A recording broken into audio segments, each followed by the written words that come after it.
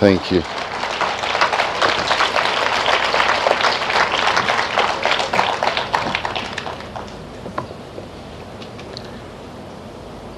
Program Director,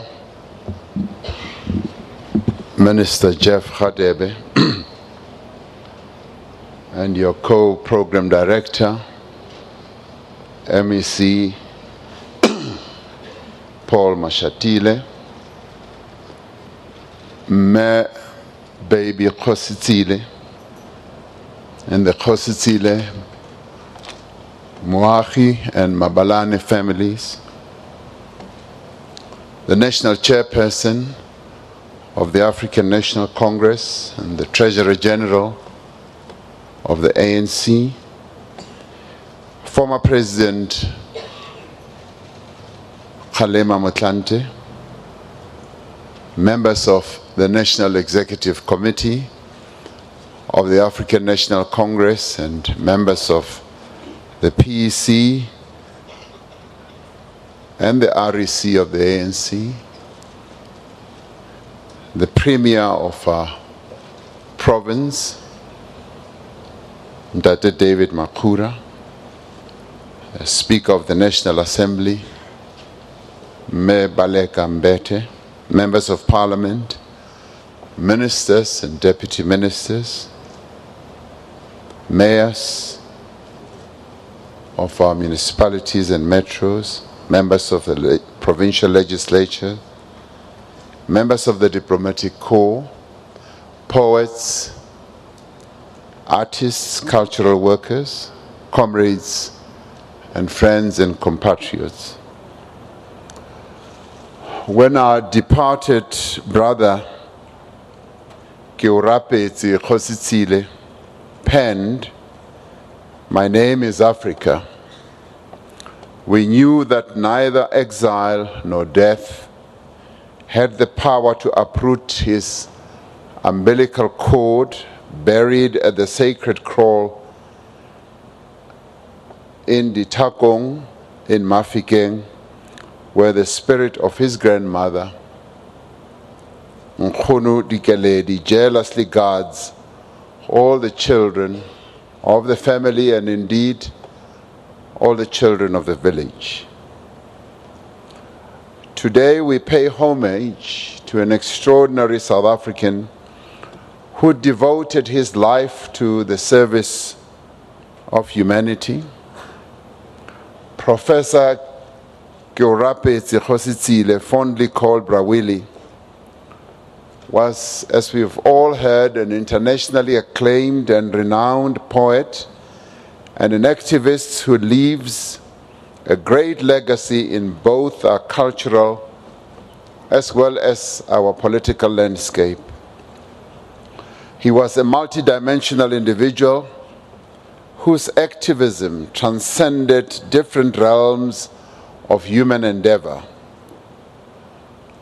Today we celebrate the life of a poet, but also the life of a teacher, a father, a husband, an MK combatant, an ANC cadre, a servant of the people, and a consummate intellectual. We celebrate the life of a selfless man who contributed immensely to the development of his people and the society that he lived in. He was a poet who knew that as a cultural worker, he had a responsibility to employ his voice to speak against the injustices of the world. He argued in one of his papers, Culture and Resistance in Southern Africa, that the artist is both a participant and an imaginative explorer in life. And the struggle for national liberation is an integral part of our life now, and in it there is no such creature as a revolutionary soloist. Close quotes. Brawili's life was the manifestation of this assertion. He was among the pantheon of writers who used their pen to fight against the injustice of apartheid. He associated himself with people's resistance struggle from an early age, dating as far back as the 1950s, when he became a member of the African National Congress.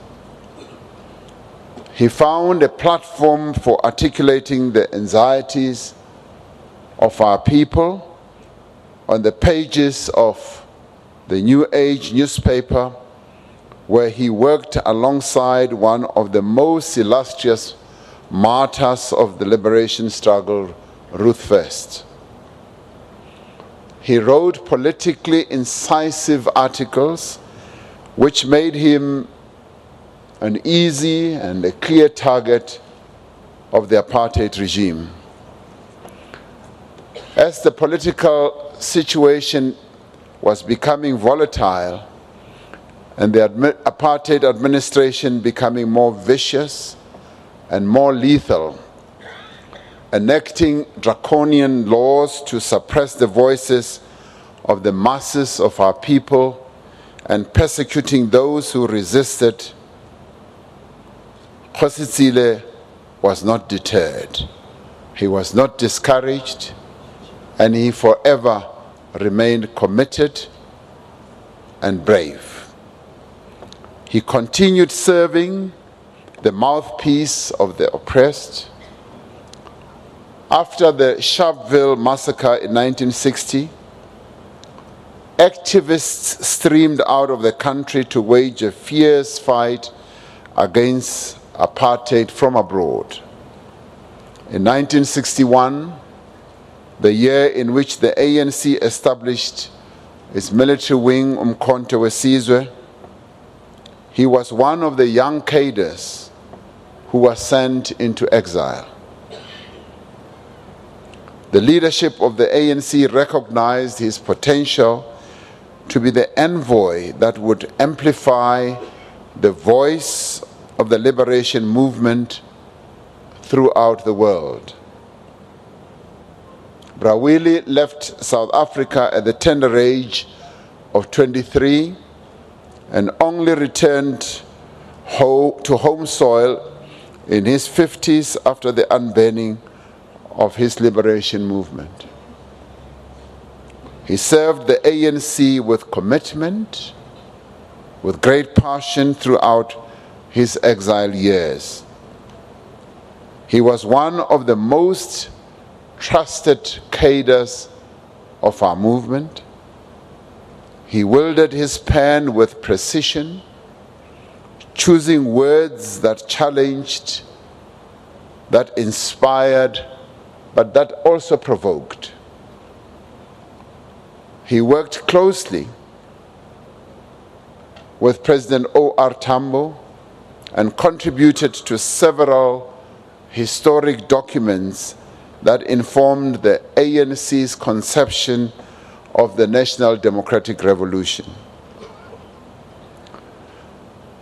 Brawili, to those who really got to know him, will attest to the fact that he was a humble person who never dwelled on his own achievements or his own importance, who never spoke about his contribution to the attainment of our freedom. Humility was his second name. He spent a significant number of his exile years, or years in exile in the United States, where he established himself as a poet and a political activist, whilst at the same time furthering his studies. He was one of the foremost intellectuals and activists that connected the African American literature and culture in the 60s. He was able to straddle the social strata relating to the young and the old, the rich and the poor, and the domestic and the intellectual. We already heard how the word straddle was taught to one of our artists, Comrade Mabuse, and he was able at a very early age to perfect the straddling process. He was a major link between different generations of writers in Africa and writers who were in the diaspora all over the world. He was able to bridge the gap between African and Black American culture, writing extensively on poetry and his much-loved music, jazz. The revolutionary group of poets, the Last Poets, was inspired by his words and took its name after one of his poems. Brawili was indeed one of the greatest chroniclers of our time. His poetry is imbued with a deep sense of compassion. His poetry provided proof that a poet is a possessor of unusual sensitivity or insight. He is able to express things in a beautiful and incisive way. Those who have taken time to read Brawili's poems will know that he had great insight and displayed great insight in his poems. He is also a very imaginative and a creative, but at the same time a very artistic poet. Through his words, we can see that he had high perception and imagination as well as profound insight on the human condition. He masterfully infused into the English language phrases evocative of Setswana idiomatic expressions. His involvement in the struggle was driven by a genuine desire to fight human injustice as epitomized by apartheid. As we bid farewell to this son of the soil, let us derive comfort from the realization that he lived his life to the fullest and leaves a lasting legacy in cultural landscape. He is indeed the flame that burned bright in our darkest hour, illuminating and informing the world about the plight of the oppressed masses of our people in South Africa. It is often said that great prophets are never revered in their own communities. While Brawili was renowned internationally, particularly in the United States, it took long for him to be equally celebrated on home soil. This anomaly, a result of the tyranny of exile, has been corrected in recent years, most notably in the bestowal on him in 2006 of the status of South Africa's Poet Laureate. His passing should be a salient reminder of the important role that poets, writers, and other artists play in our society. We must do more to sustain the legacy of this icon so that future generations know who Keorapetse Kgositsile was. His passing compels us to ask some important questions of ourselves. We need to be asking ourselves whether we are doing enough to recognize and celebrate artists amongst us. What can we do to ensure that their stories, their lives do not vanish? We must celebrate our artists while they are still alive.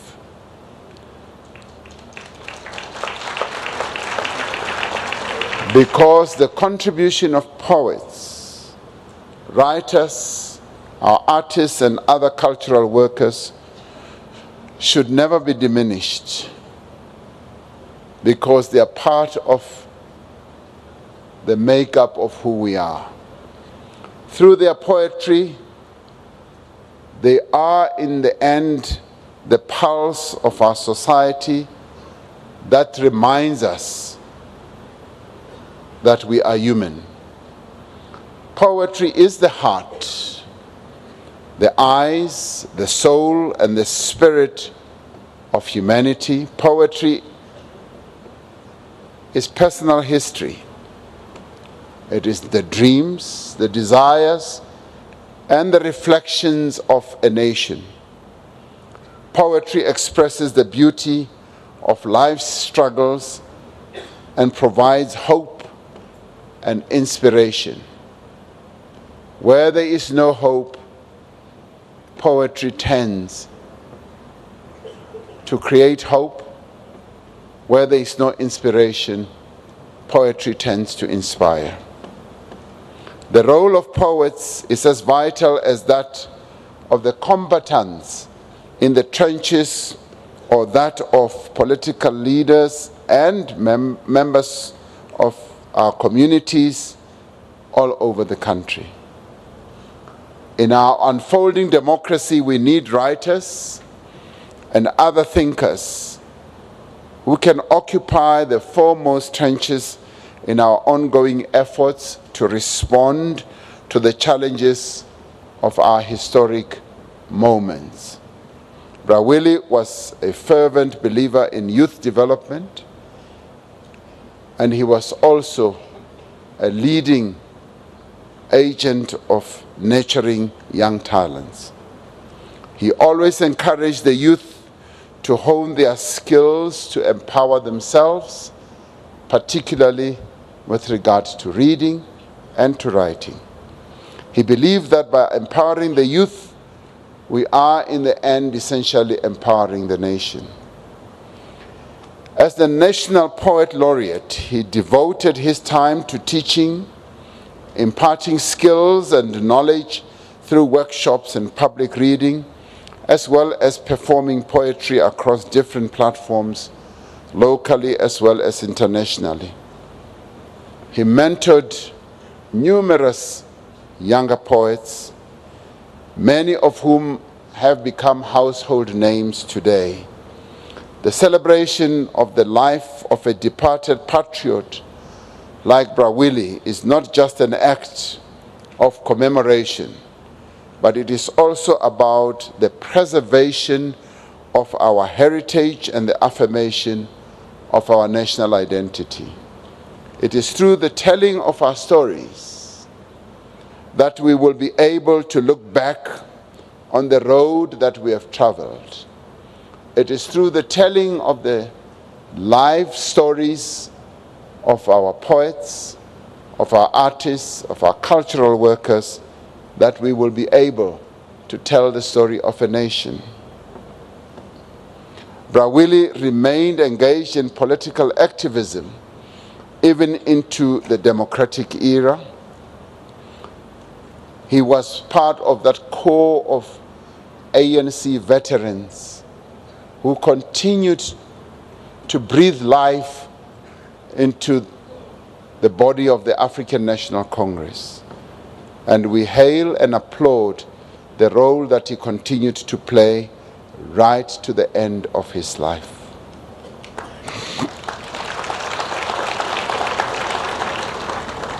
He particularly remained active in the structures of the movement, including his own branch, the John Kadimeng branch. He was active in a number of other areas of endeavor. To the end, his mind was occupied with the challenges of our revolution and the tasks we must undertake to return to the path of justice, freedom, and equality. He was continuously seized with ensuring that we address the key challenges that face our nation, which is unemployment, poverty, and inequality.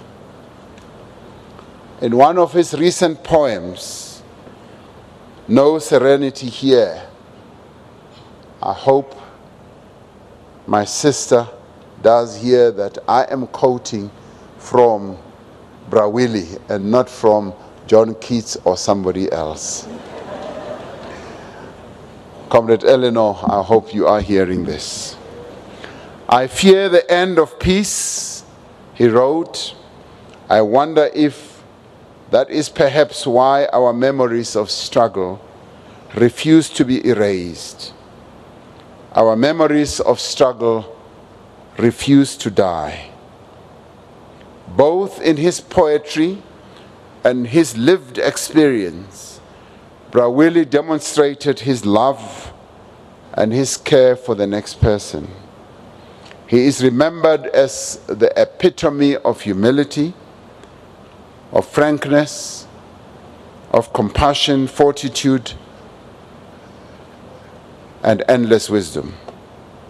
His story will be a great inspiration and a point of reference for future generations. I'm told that Brawili expressed his desire to have a nationally significant 80th birthday party this year. Although he has passed on, Mama Dorothy Masuku, although he departed without that lunch that you meant to have with him, I believe that it would be important to fulfill his wish to have this 80th birthday celebration that he so wanted to have. The literary and academic communities, working in close collaboration with the relevant government institutions, should consider instituting programs to celebrate Brawili's legacy in what would have been his 80th birthday. This can be in the form of, yes, public lectures, consolidating his body of work into a single publication, organizing a symposium or festivals themed around his works, or establishing a poetry award. We may not see his signature smile again, and signature smile he had. We may not share another embrace nor handshake with him, but his staccato voice will reverberate from beyond the grave. Even a monster like death cannot silence the voice of a poet like Brawili. He was our dream maker. His poems are littered with the dreams that he had for our people, and hence he was our dream maker. But he was also our dream broadcaster. We wish and hope that those that he nurtured and those that he mentored will carry on forward with his work and become the dream implementers. His words are ingrained in our hearts and in our minds. His wisdom is clearly imprinted in the books that he wrote for eternity. He will continue serving as the guiding light in our collective journey as we move forward to implement the dreams that he had for our people. The best tribute we can pay to a poet is to read his poetry, to be transported by his imagery, to be startled by his frankness, and to be humbled by his sincerity. Like the struggle, our memories of Brawili refuse to be erased. Robala ka kgotso Brawili, namani etuna ya tholo, wena morolong wa Matebele. Ke a leboga. Thank you very much.